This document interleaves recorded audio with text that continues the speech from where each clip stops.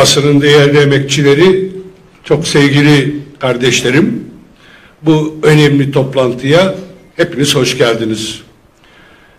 Bundan yaklaşık 2 ay önce yeni programımızı uygulamaya başlamıştık. Biz eş başkanlar olarak partinin her kademedeki yöneticileri, parti emekçileri, milletvekillerimiz sahadaydı. Her yerde, her kesimle buluşmaya çalıştık. HDP'liyiz, her yerdeyiz sloganının hakkını vermeye çalıştık. Doğrusunu isterseniz bu konuda kendimizi övmemizin herhangi bir sakıncası yoktur. Çok başarılı bir çalışma dönemi geçirdik. Ve bu çalışma temposunun, yoğunluğunun en büyük yükünü ve sorumluluğunu siz sevgili eş başkanlarımız ve ilçe yöneticilerimiz omuzladılar. Hepinize bu açıdan partimiz adına, yönetim adına, eş başkanlar adına teşekkürlerimizi sunmak istiyoruz. Sağ olun, var olun değerli kardeşler.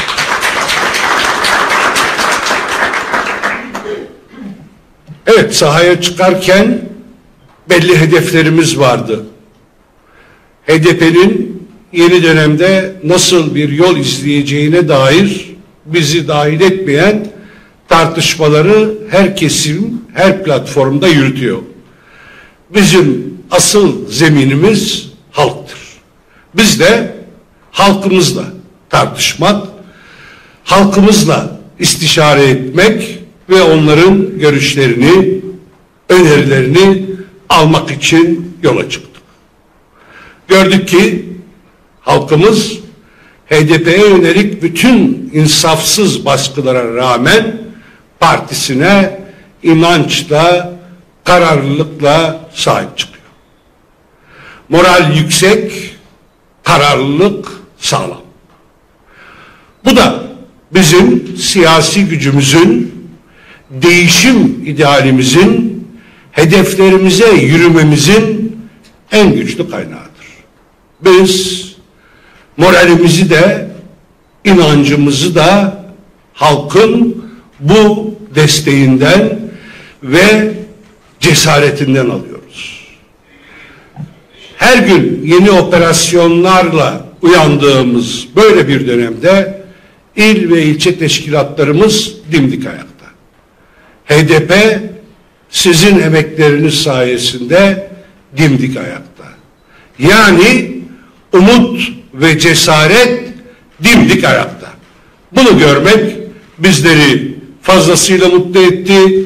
Daha da fazla çalışmaya mecbur olduğumuzu bir kez daha gösterdi. Bize moral verdiği kadar sorumluluk da yükledi. Şimdi daha fazla çalışma zamanı, şimdi daha güçlü yürüme zamanı ve şimdi daha da büyüme zamanı. Önümüzdeki dönemde neler yapacağımızı tartışırken 3 ana başlık belirlemiştik. Bunlardan biri ülkenin temel sorunlarına yaklaşım. İkincisi acil meselelerine çözüm önerileri. Üçüncüsü özel gündemlere dair tutum.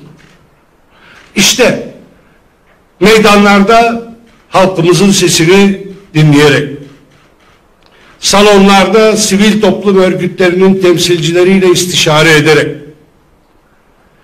her mekanda bulduğumuz her fırsatta akil insanlarımızla, seydalarımızla konuşarak, onların irfanından ve hikmetinden faydalanarak bu başlıklarla ilgili veriler topladık. Şimdi bunları kurullarımızda tartışmak ve kararlara dönüştürmek zamanı. İlk olarak bu toplantıyı gerçekleştiriyoruz.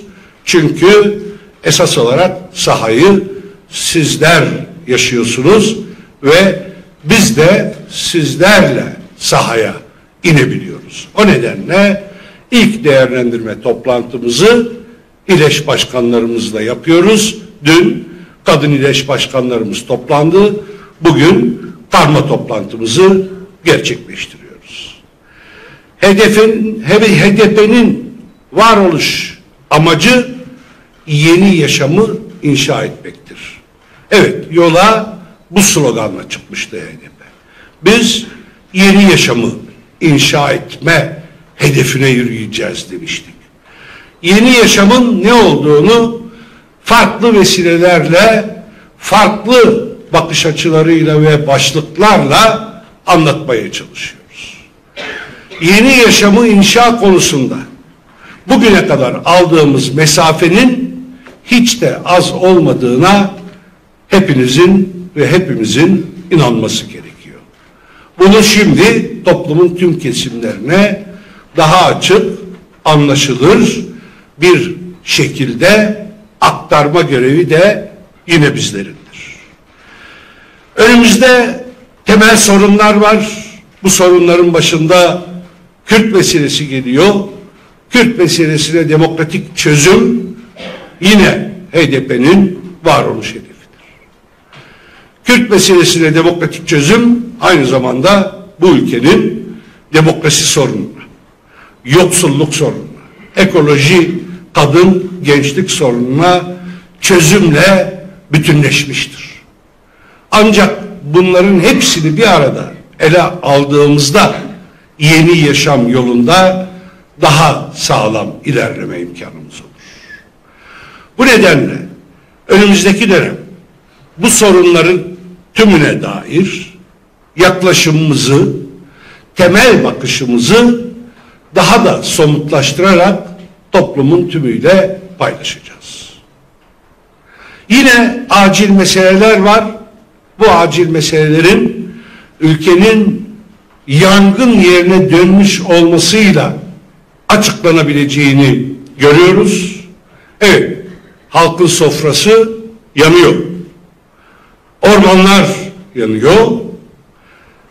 Dereler taşıyor, kentler yok oluyor. Milyonlarca canlı ormanlardaki yangınlarla birlikte yok oluyor. İnsanlarımızın canı gidiyor ayrıca. Ve tabii her alanda yürütülen savaş politikaları.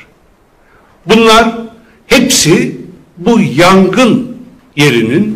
yangın yerine dönmüş ülkedeki sorunların temel kaynağıdır. İşte biz bu acil sorunlara da çözüm önerilerimizi bu toplantıyla başlayarak somutlaştırmaya çalışacağız. Özel gündemler var. Bu özel gündemlerin başında seçimler geliyor biliyorsunuz. HDP'nin seçimlerde ne yapacağı merak ediliyor, konuşuluyor. Bizim seçimlerle ilgili tutumumuzun temelinde yeni bir başlangıç yapma hedefi yatıyor. Biz seçimleri önemsiyoruz elbette. Bu seçimlerin ülkenin geleceği açısından çok önemli bir rol oynayacağını, bir etki yaratacağını da biliyoruz. Sahadaki buluşmalarımızdan şunu büyük bir memnuniyetle gördük. Bizim halkımız seçim ne zaman yapılırsa yapılsın, seçim hangi şartlar altında gerçekleştirilirse gerçekleştirilsin, buna hazırdır. Kapatma davası bizim gündemimizde bu açıdan yoktur. Yani kapatma davasının siyasi gücümüzü, Türkiye'nin geleceğini belirleme konusunda kullanmamıza engel olması söz konusu değildir. Yine gördük ki halkımız her türlü imkanı kullanarak HDP'nin siyasi gücünü ülkenin geleceğini belirleme noktasına kullanacağına tamamen güveniyor. Bu güveni boşa çıkarmayacağız. Bundan sonra diğer kurullarımızla peyderpey toplantılar yapacağız. Parti meclisimizi, kadın meclisimizi toplayacağız. Elbette Merkez Yürütme Kurulu toplantımız olacak.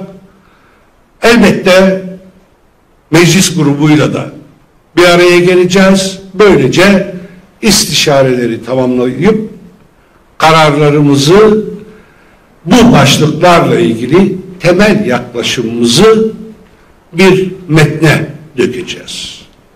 Bir deklarasyon yayınlayacağız.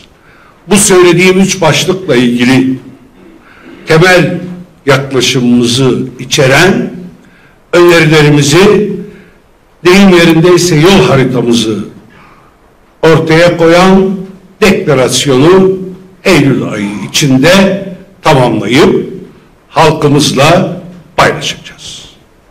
Değerli arkadaşlarım, bu seçimler elbette önemlidir. HDP'nin siyasi olarak kilit güç olduğunun farkındayız. Sadece biz değil, herkes bunun farkında. Biz bu seçimleri ülkenin halklarına, topluma kazandırmanın bir önemli imkanı olarak değerlendiriyoruz.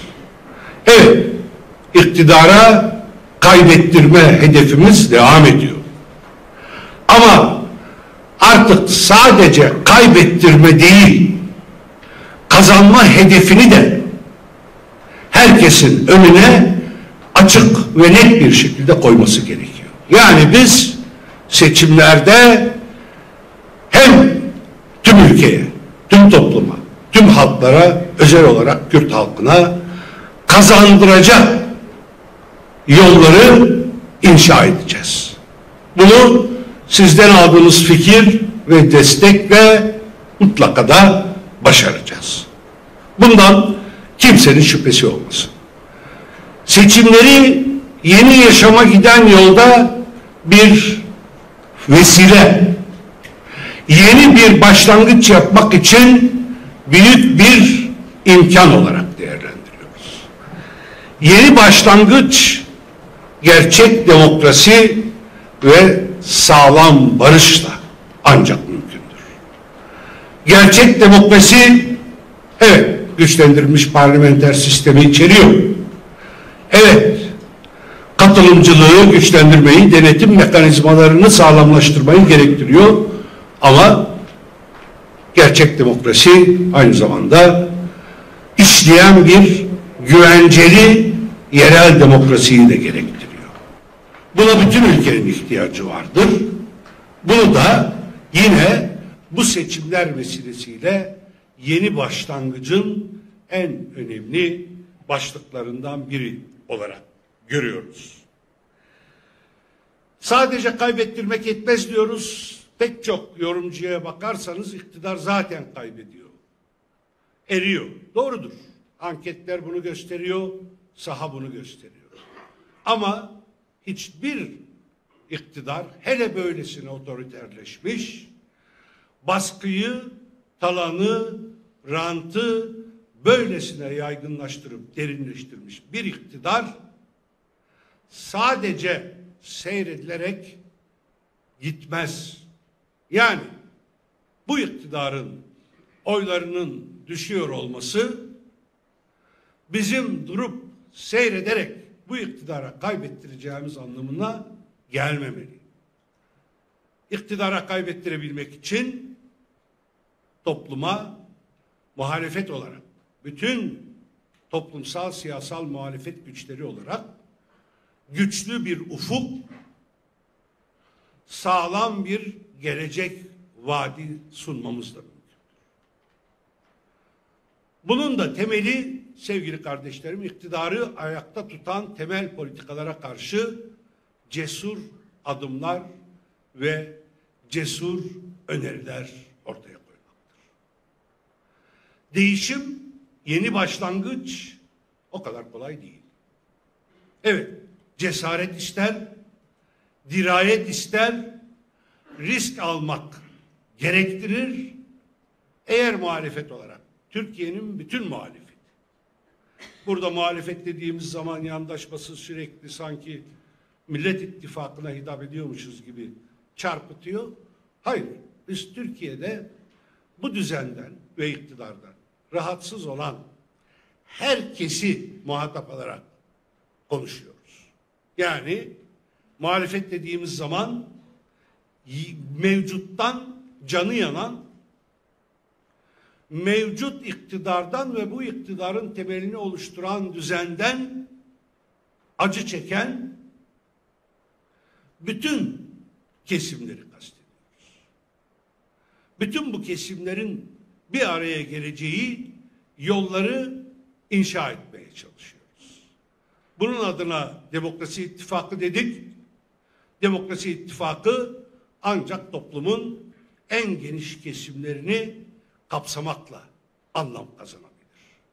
İşte bu dönemde kazanmanın yolu da, ülkeye kazandırmanın yolu da, yeni bir başlangıç yapmanın yolu da tam buradan geçiyor. Bu yolda yürüyebilmek için herkesin cesaretli olması gerekiyor. Cesarete her zamankinden fazla ihtiyaç var. Değişim kolay bir şey değildir. Yeniyi başlatmak kolay değildir.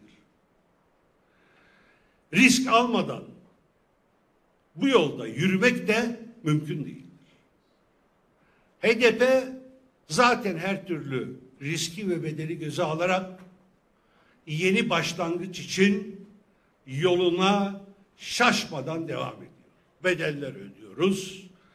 Her gün dediğim gibi yeni gözaltılar ve binlerce arkadaşımızın, yoldaşımızın rehin tutulduğu, siyasi rehin olarak tutulduğu bir baskı düzenine karşı kararlılığımızdan en ufak bir taviz vermeden, hedeflerimizden şaşmadan mücadeleyi yürütüyoruz.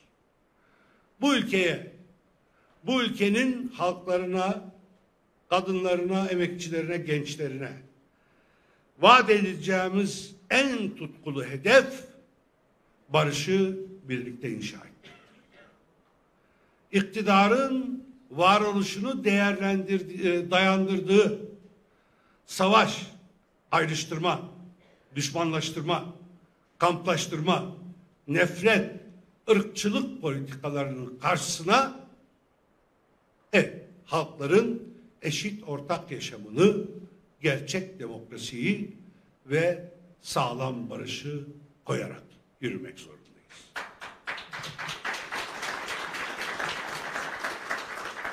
Eğer bunu başarırsak emin olun şu anketlerde ortaya çıkan sonuçların çok ötesine giden bir halk kazanımı ortaya çıkacaktır. Bu yolu bıkmadan, usanmadan inşa etmeye devam edeceğimizi bir kez daha vurgulayalım ve Türkiye'nin bütün mağdurlarına, bütün mazlumlarına, bütün yoksullarına adalet, demokrasi, barış içinde eşit yaşam arzulayan her kesimine bu yolun inşasında sorumluluk alma çağrısı yapıyoruz. Sadece iktidarı değiştirmeyi hedefleyen bir stratejinin yeterli olmayacağını da her fırsatta vurguluyoruz. Bugünkü iktidarı, buna benzer iktidarları yaratan ve sürekli üreten bir düzen var. Bu düzen 1996'da Susurluk'ta su yüzüne vurdu, patladı adeta. Bir suç imparatorluğu yaratmıştı. Sonra yeni iktidarlar geldi. Bir süre belki o patlamanın enkazını toparlamayı denediklerini göstermeye çalıştılar. Yani sanki toparlıyormuş gibi yaptılar ama gördük ki 2015'te bu düzen çok daha beter bir biçimde varlığını sürdürüyor. 1999 depreminde sadece on binlerce bina yıkılmadı.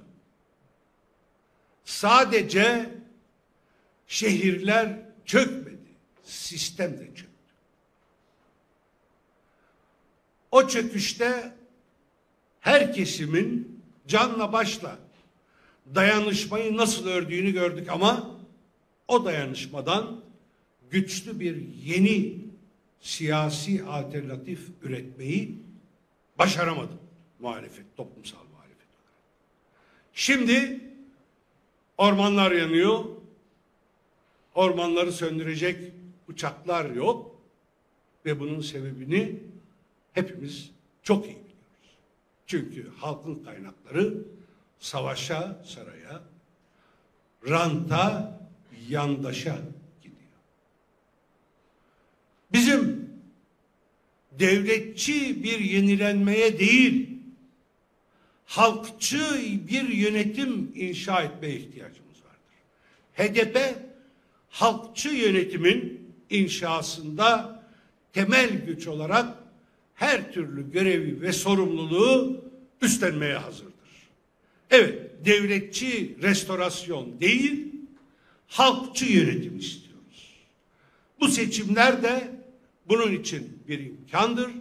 HDP olmadan halkçı bir yönetimin kurulma şansı, imkanı olmadığını da aklı başında herkes görüyor.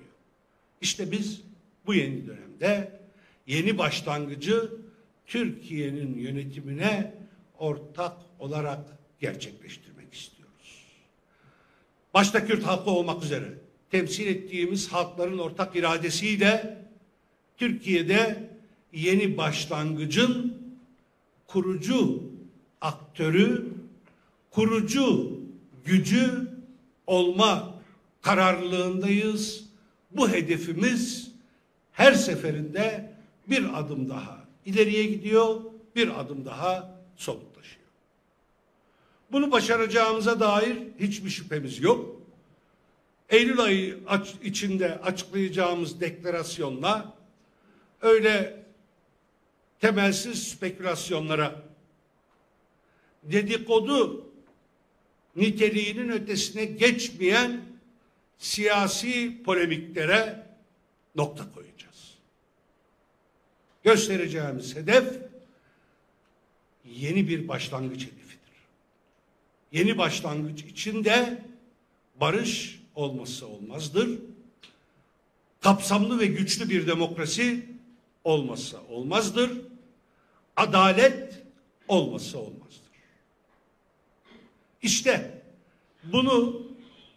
bununla ilgili genel yaklaşımımızı bu deklarasyonda bütün kesimlerin değerlendirmesine sunacağız.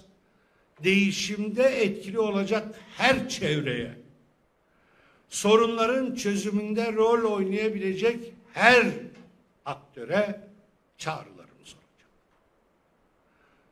Bazen soruyorlar ne diyeceksiniz diye. Bunun cevabı açık değerli arkadaşlarım. Daha istişarelerimiz bitmedi. Biz bunu oturup parti genel merkezinde belirleyecek değiliz dedik.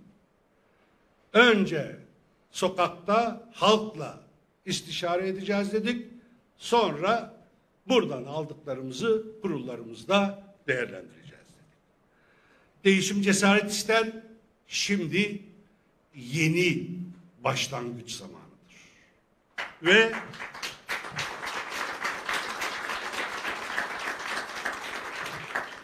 söz uzadığında en iyi yol, evet, sözü en iyi kullananlara atıf yapmaktır. Bunlardan biri de Mevlana'dır. Mevlana'nın bir şiirinin sadece son dizelerini okuyarak konuşmayı bitireceğim ve sözleri size bırakacağız. Gitti cancağızım, ne kadar söz varsa düne ait. Şimdi yeni şeyler söylemek lazım. Yeni bir başlangıç, gerçek güçlü demokrasi, sağlam barış, eşit ortak yaşam. İşte buraya doğru hep birlikte yürüyoruz. Başaracağımızdan kimsenin kuşkusu olmasın. Hepinize sevgilerimi, en yürekten selamlarımı bütün halkımıza iletiyorum.